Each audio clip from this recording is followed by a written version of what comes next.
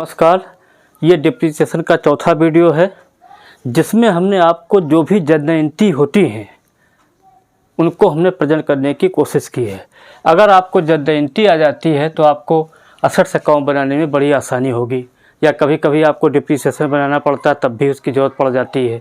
दो ही अकाउंट बनते हैं, या तो असेट्स अकाउंट बनता है या डिप्रिसिएशन बनता है। तो यहाँ पर देखिए हमने क्या प्रेजेंट किया है। यहाँ पर कुछ जर्नल थी जो भी हो सकती थी, उनको हमने जो है लिख दिया है। इसको आप रट लें। रटने से आपकी मैक्सिमम प्रॉब्लम सॉल्व हो जाएगी।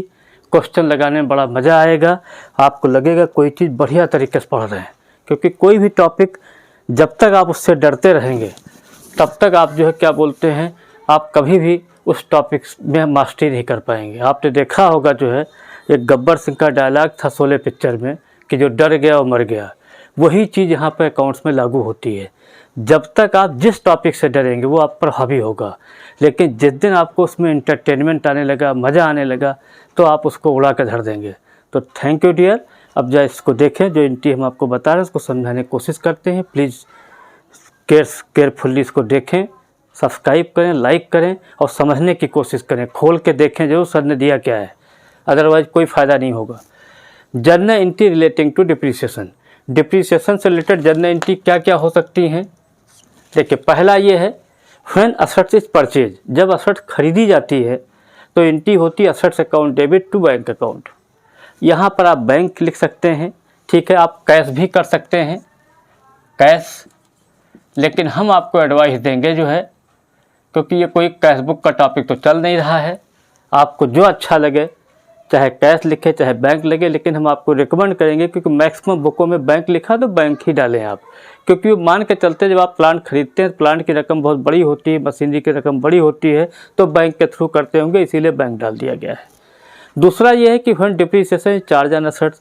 जब डिप्रिसिएशन लगाया जाता है, ये एंट्री आपको पता होगी, ये हमने बता भी दिया यहाँ पर। Depreciation account debit to assets account. Depreciation को क्यों डेबिट किया? क्योंकि आपके लॉस है, तो लॉसेस को हम लोग क्या करते हैं, डेबिट कर देते हैं। किस पर लग रहा है? असेट्स पर। तो depreciation D R to assets आपकी नेक्स्ट एंट्री हो गई। इसके बाद लिखा है when assets are sold at a profit.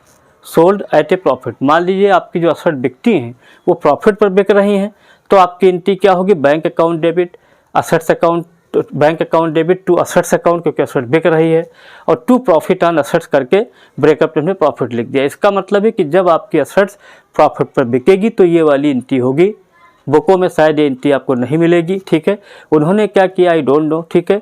उन्होंने शायद किया है, प्रॉफिट को हो सकता है अलग से दिखाते हो, जो भी करते हो, ठीक है। तो हमने फिलहाल जॉइंटली लिया है bank account debit to assets account to profit on assets account. जो आपका प्रॉफिट वाला पार्ट यहाँ दिखा दीजिएगा, असेट्स की वैल्यू ये हो जाएगी, टोटल ये हो जाएगा। अब when assets are sold at a loss.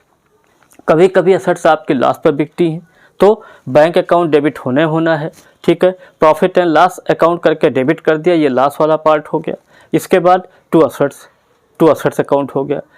क्यों, कैसे ये रट लेंगे? क्योंकि जो लॉसेस को हमने क्या बताया था, डेबिट होता है, तो bank account debit profit and loss करके हमने जो है लॉस को डेबिट कर दिया, टू असेट्स कर दिया।